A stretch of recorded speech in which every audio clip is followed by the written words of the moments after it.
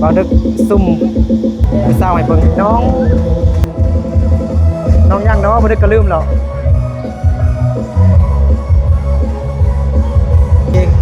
แนะนำตัวเองเป็นภาษาอังกฤษได้เนาะได้หน่อยนึงเอ้าได้แต่ซื้อซื้ออายุได้บ่ได้เนาะเอาสบายดีแล้วก็น้องซื้อว่าโอ้มีแต่ผู้สาวงามๆผู้สาวลาวเนื้อนาเที่ยวมาก FC ว่านาเที่ยวมากว่าซั่นว้าวเดี๋ยวบ่นึกกับเจ้าลีจะอาบน้ำจะลอยไปเลยเนาะลองน้ำปุยนี่ไปฮอดเตาบุญฮอดสบายดีปีใหม่สบายดีปีใหม่เขาเป็นผู้สาวมงบ่ผู้สาวลาวเขาลุ่มยิ้มงามๆก่อนเขาลุ่มโอเคขอบใจสบายดีปีใหม่อยู่ดีมีแห้งเด้อ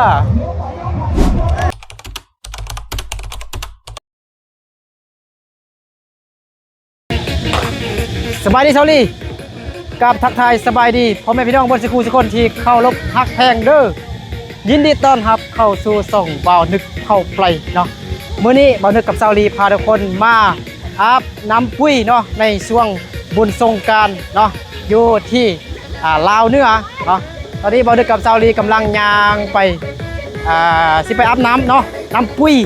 เนาะน้ำปุ้ยบ้านน้ำปุ้ยเมืองเพียงแขวงสยบุรีสปปลาวเหนือเนาะมี FC หลายคนก็ให้เบานึกถ่ายบรรยากาศในการลิ้นบุญสงกรานต์ในเบื้องแน่ว่าซั่นเนาะเดี๋ยวมื้อนี้เบานึกจะจัดให้เนาะตามคำขอเลยเนี่ยแต่เขาเจ้าเปิดเพลงดังบักแฮงเด้บ่ฮู้ว่าสิได้ยินเสียงอยู่บ่เนาะแต่ว่าเบานึกก็ได้ใส่ใหม่เนาะใส่ใหม่ว้าวถึงนี่น้ำปุ้ยสถานที่แห่งนี้ก็เป็นสถานที่ที่เพิ่นจัดงานบุญกินเจียงเนาะก็อยู่นี่คือกันไปนำลังสาวลีไปกดสิม่วนเดี๋ยวไปอาบน้ำก่อนอาบครึ่งนึงได้อยู่ตอนนี้กำลังย่างลงดอย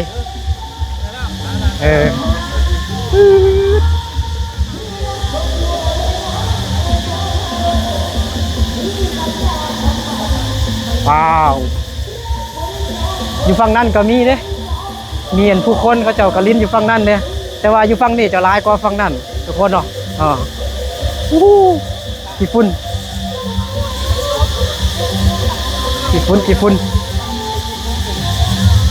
ไปผู้แสผู้สาวผู้บ่าวกันไรโธ่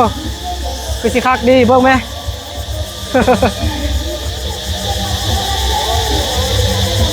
บรรยากาศดีแห้งพี่น้องตอนนี้ก็เป็นเวลา3 โมงแล้วเนาะ3 โมงตอนแรงความงามจะเปิดเพลง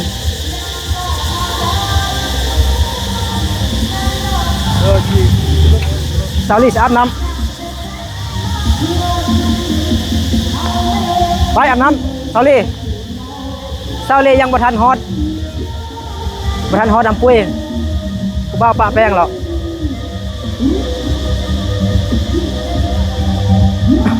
โอ้มันมีเวทีอยู่ฮั่นเด้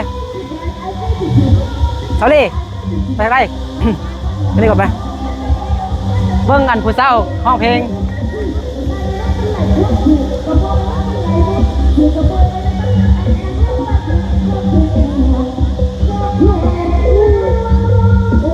บรรยากาศดีผู้เศร้าก็งาม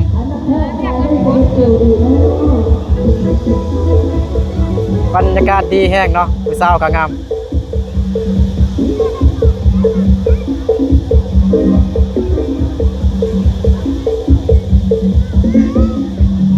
บ่นึกซุ่ม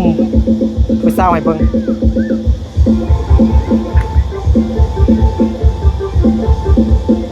ว้าวกินเบียร์เย็นๆเอาตีนแช่น้ำไว้เย็นๆคัก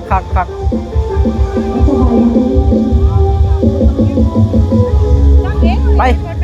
ขึ้นไปถึงไปเดี๋ยวเราเดินกับเซาลีพาทุกคนไปส้มทางเหนือพุ่นเนาะเดี๋ยวเขาจะอาบน้ำอยู่ทางเหนือพุ่นเนาะ คันเฮาอาบน้ำอยู่ทางเตอนี่มันอาจจะเปื้อนหน่อยนึงเด้เพราะว่าเขาเจ้ากินนั่นไม่ยังกินเบียร์แล้วก็เขาเจ้ามักทิมเศษอาหารน่ะนะทิมลงน้ำแล้วมันจะเปื้อนเนาะมันต้องอาบอยู่เนื้อพุ่นเห็นบ่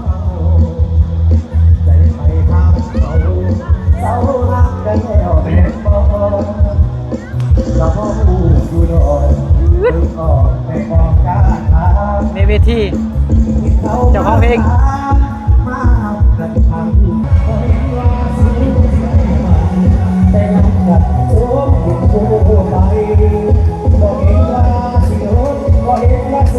บรรยากาศดีเนาะนางเอกช่องเบานึกกันนั่งอยู่นี่เนาะน้องยังเนาะบ่นึกก็ลืมแล้ว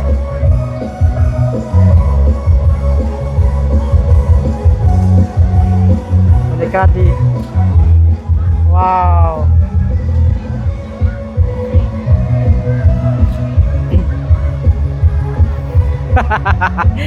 เด็กน้อยพากันเล่นน้ำอยู่นี่เศร้าหน่อยว้าวน้อยชงไปเศร้ามงน้อยเนาะเห็นป่ะบรรยากาศดีแฮงพี่น้องเนาะกินเบียร์เย็นๆคักตีนก็เย็นอากาศร้อนๆเซาลีกับส่วนบ่นึกไปอาบน้ำแล้วเซาลี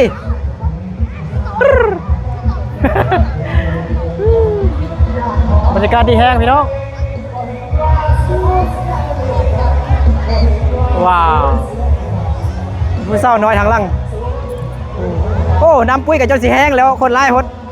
บ่เห็นน้ำเห็นแต่อันผู้คน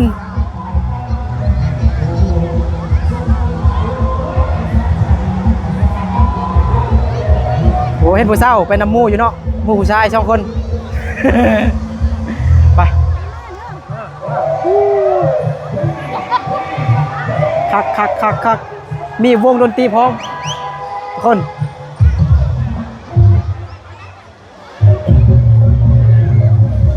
ย่อชงแม่นผู้สาวมงบ่แม่นผู้สาวมงบ่คนมงบ่อ๋อเข้าเฮียนอยู่ห้องได้หรอกม.1บ่อ๋อ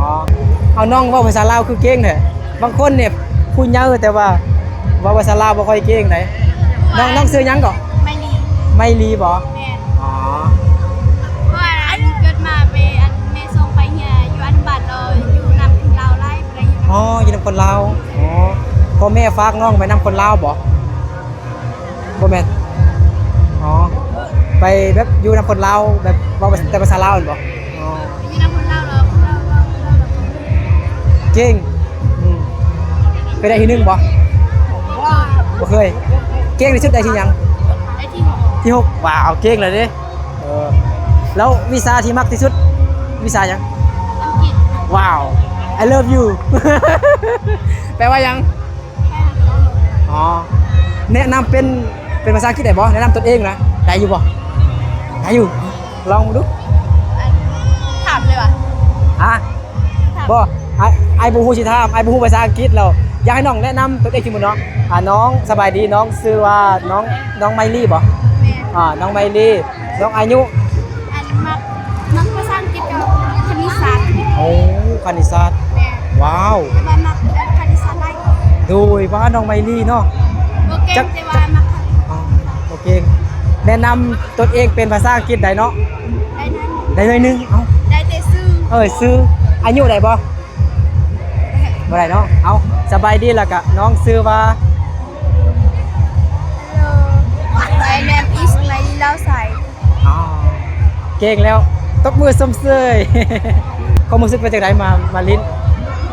ม่วนบ่ม่วนแม่ใครเครื่องอยู่นี่บ่อ๋อนี่บ่อันที่6อ๋อค่ายอันฮอนด็อกกันบ่น้องบ่ช่วยแม่ค่ายเครื่องบ่แต่ว่าอันถ้ามันลิ้นแดค่ายเครื่องช่วยแม่ได้เนาะโอเคขอบใจเด้อน้องไมลีเด้อโอ้เก่ง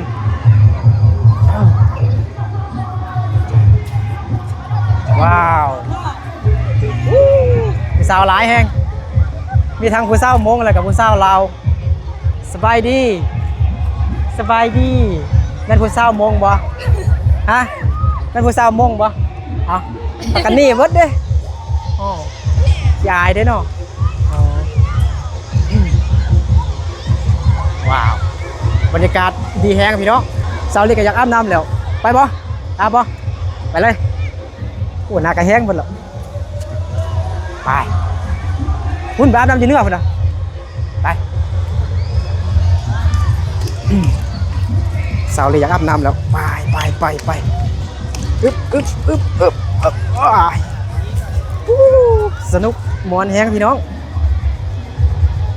ไปเลยสาวเล็กใส่เลยรีบเลยไม่ได้ยินเสียงเลยรีบไหมรีบไหม โอ้มันอีลงน้ำนะ เบิ้งสุเบิ้งผู้สาวปุ๊บหนึ่งก่อน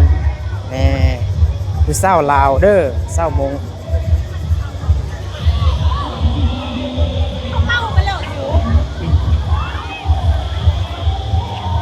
โอ้มีแต่ผู้สาวงามๆผู้สาวลาวเนื้อว้าวบรรยากาศไปอาบน้ำจะเนื้อคุณนะฮะโอ้ยเนื้อคักเลยมันบอกคุ้นเลยไ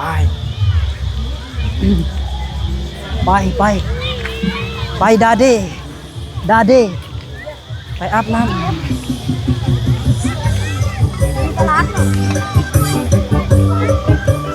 โอ้ยนี่นำเซอร์ดีพี่น้อง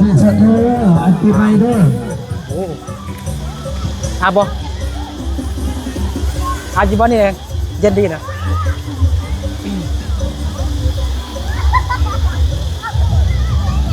ว้าวเย็นดีอาบบ่อาบจะเท่ากันบ่ไปบรรยากาศดีพี่น้องสุดยอดเลยเบานึกได้ลงคลิปนึงเนาะคลิปที่เบานึกได้ถ่ายอยู่นี้เรามี FC เพิ่นว่าบรรยากาศดีน่าเที่ยวมาก FC ว่าน่าเที่ยวมากว่าสัตว์ว้าวเดี๋ยวเบานึกกับเจ้าลีจะอาบน้ำจะลอยไปเลยเนาะลองน้ำปุยนี่ไปฮอตเตาพุ่นฮอตขั้วพุ่นเนาะ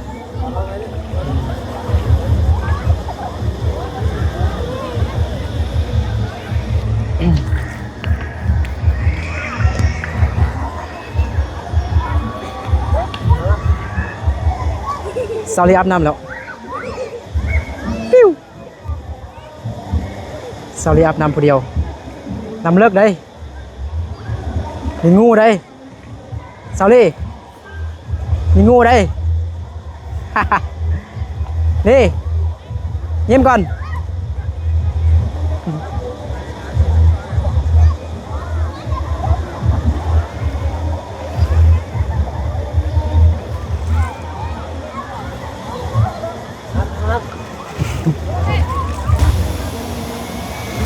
ป่ายโอ้ผู้สาวน้อยกำลังมาเด้ผู้สาวน้อยกำลังมาอาบน้ำเด้นี่สบายดีเด้อสบายดีสบายดี สบายดีปีใหม่อ๋อสาวลีสิลองน้ำปุ้ยไปฮอตเตอร์พุ่นพี่น้องเนาะว้าว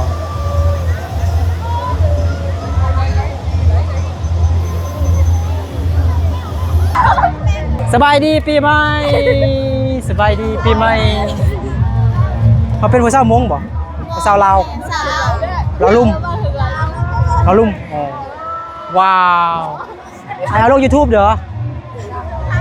ได้บ่ได้เนาะเอายิ้มงามๆก่อนโอเคขอบใจสบายดีปีใหม่อยู่ดีมีแห้งเด้อ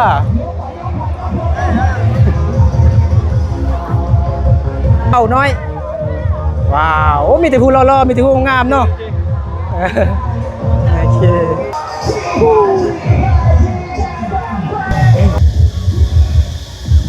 สาวลีเอาบ่นึกว่าท่านได้อาบน้ำสาวลีอาบน้ำผู้เดียวตอนนี้บ่นึกกับสาวลีก็กำลัง ย่างกลับแล้วเนาะเมื่อกี้เบานึกลืมกระแจรถข้าวไว้อยู่อันเบาะรถผมแม่นอยู่เบาะรถอยู่อันท้ายรถนะบอนไข่เบาะรถนะแล้วเขาเจ้าเก็บไว้ให้เบานึกเนาะเขาเก็บไว้ให้เบานึกโชคดีที่มีคนดีเก็บไว้ให้เนาะกะผู้ที่เก็บตีรถนั่นแหละเนาะผู้ที่เบิ่งรถเนาะตีรถเท่าจักพันกว่าเลย15บ่15,000ประมาณจักบาทเนาะ30 บาทบ่ประมาณนี้แหละเนาะม่วนแฮงพี่น้องเนาะ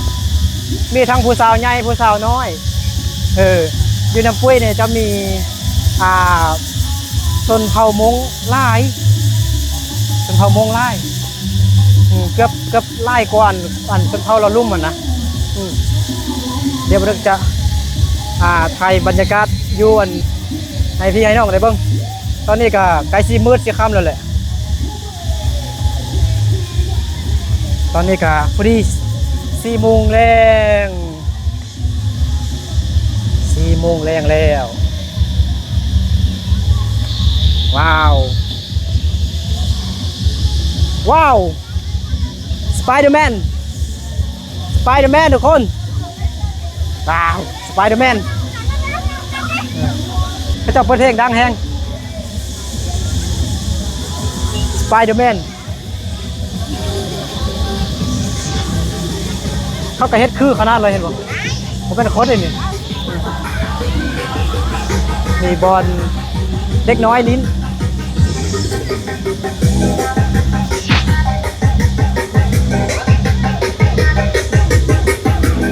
แต่ว่าเบียร์อยู่นี่มัน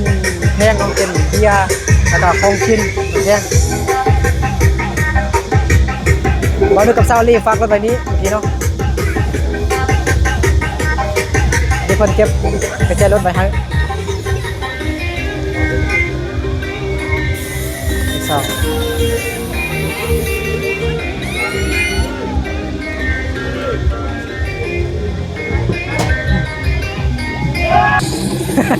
ผู้เบากับผู้เบาปะแปลงกันพี่น้อง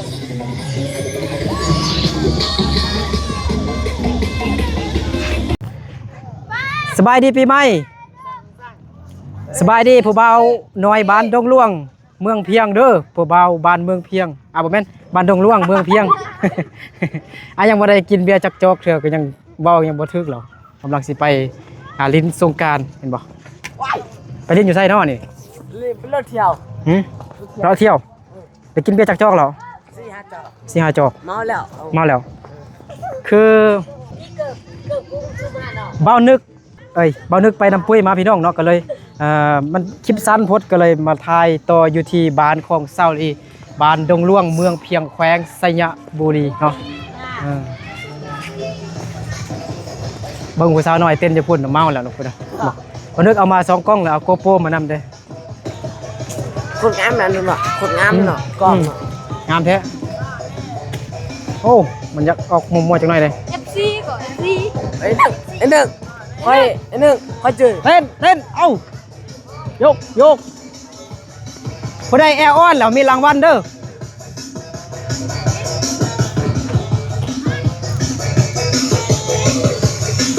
เอ้าเต้นคัมอนมามื้อใดดูสบายดีปีใหม่เด้อยิ้มงามก่อนยิ้มงามก่อนโยป้าจะเป็นวัวควายอยู่นี่แล้วฮะจ้าฮะสบายดีปีใหม่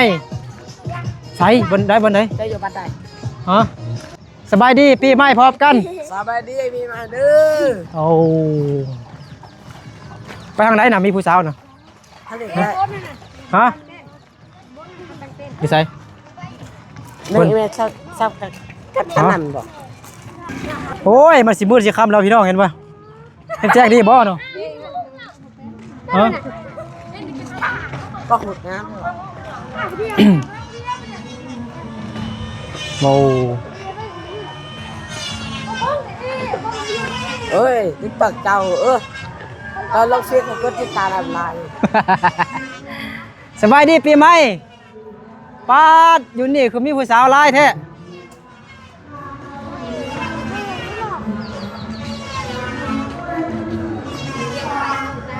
ว้าผู้สาวกองอยู่นี่เบิดผู้สาวไอ้นุ่นสบายดีปีใหม่เด้อ อายิ้มงามๆ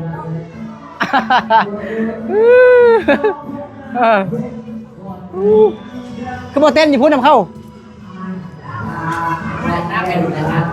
เมาแล้ว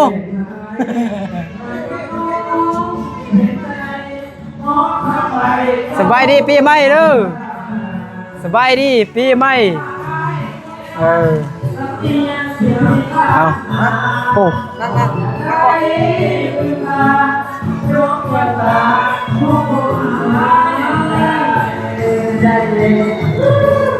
มาเอาคือบ่เย็นสันเขาบ่กินเบียร์บ่สบายดีปีใหม่อยู่ดีไม่แห้งบ่สึกคู่สึกคนเด้อโอเคมาฮะเฮ้ยไปห้างไปชุดหัวกูคนเดียวเป่งโง่เต็ม เรียนอยู่นี่เด้อเรียนอยู่นี่เด้อเนาะเห็นบ่อยู่นี่เด้กำลังเต้นอยู่กำลังเมาอะไรอยู่นี่เนาะบรรยากาศเนาะส่วนนี่เป็นบันทึกมาให้คลิปตลอดเนาะบ้านน้องนุชเงินน้องนุชเนาะ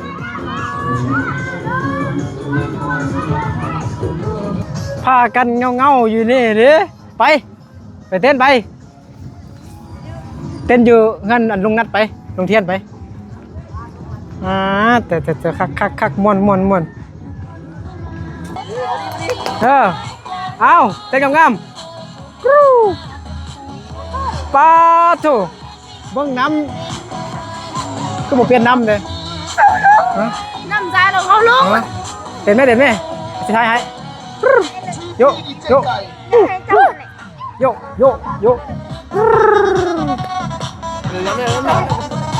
เอาเต้นไหมกล้องมันแตกเอาไปหนึ่ง โอ้ยอยู่ดีไม่แห้ง ต้องให้เจ้าดิบ่ให้เจ้า อยู่ดีไม่แห้งนี่กินอันนี้ก่อนเดี๋ยวดูเจ้าทางเก่าเดี๋ยวพี่น้องเนาะบ่นึกขออนุญาตกินเบียร์จอกนึงเนาะบ่กินกับบ่คือพี่น้องเนาะยามบุญยามงานปึ้มตามกัน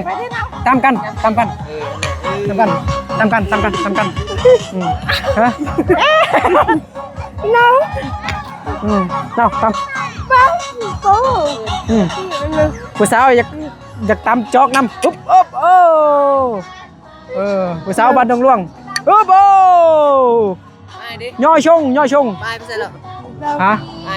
ไปนะเดี๋ยวบ่ดึกขออนุญาตกินเบียร์คืออุ่นแท้เต้นนี่เล่นน้ำแล้วคน เต้นเอา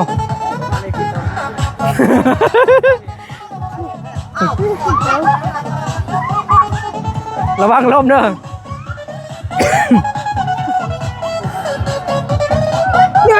นี่เรา ผมมีน้ำก้อน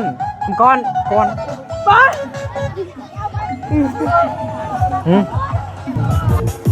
ไม่แต่ผู้บ่าวรอทางนั้นเนาะผู้บ่าวบ้านยังก็น้องบัววะน้องบัวพี่น้องเด้อเนาะเมืองเพียงแขวงสัญญบุรีผู้บ่าวลาวเนื้อเนาะเอาคนนั้นเด้คือว่าหันหลังมาพี่ฉันนะโอ้ยบ่งามแล้วเห็นอันนั้นเนาะมีแฟนหรอบ่มีผัวแล้วผัวแล้วผัวเมียนำกันสินะผัวเมียมานำกันน้องบัวเนี่ยว่ะเป็นนักข่าวแล้วบัดนี้โยตอนนี้บ่นึกก็ได้มาเพื่อนแล้วเนาะสงกรานต์ปีนี้กับม่วนพี่น้องเนาะม่วนแห้ง เบิ่งแม่รถบ่นึกเห็นแต่แป้งเต็มเนาะข้าว มื้ออื่นก็น่าจะลินอีกพี่น้องมื้ออื่นก็บ่นึกก็จะถ่ายบรรยากาศในการเล่นบนสงกรานต์อยู่บ้านดงหลวงให้พี่ให้น้องทางบ้านได้รับชมเนาะ อยู่อยู่ชนบทนี่มันจะต่างอยู่ในอยู่เขตบ่เจริญหั่นนะเส้นว่าอยู่กรุงเทพมหานครบ่หั่นนะอยู่ไทยเนาะป๊าดบ่นึกอิจฉาเนี่ยอิจฉาอันคนไทยเนาะอยู่กรุงเทพนะเบิ่งเขาเจ้าเอาอันซีดนำหั่นนะป๊าดอลังการงานสร้างแฮงเห็นเขาเจ้าเอาลงเฟซลง YouTube เบิ่งป๊อคือสิม่วนคักคือสิเย็น แต่อยู่ลาวนี่มีแต่เขาเจ้าฮดนำกันอยู่นาเฮือนซื่อๆเนาะโอเคเนาะก็ขอให้ทุกคนอยู่ดีมีสุขเนาะสงกรานต์นี่ก็ผู้ใดขี่รถไปใส่มาใส่ก็ให้ระมัดระวังพี่น้องเนาะเดินทางตลอดปลอดภัยบดสุขสู่คนเนาะขอให้ทุกคนจงอยู่ดีมีแห้งสุขภาพเข้มแข็งแข็งแรงปราศจากโรคภัยไข้เจ็บทั้งปวงร่ำรวยเงินทองเบิดสุขสู่คนเด้อเอาสำหรับคลิปนี้บ่นึกก็อำลาพาจากพ่อแม่พี่น้องเบิดสุขสู่คนไปก่อนแล้วเจอกันในคลิปต่อไป EP ต่อไปเด้อสบายดีบ๊ายบาย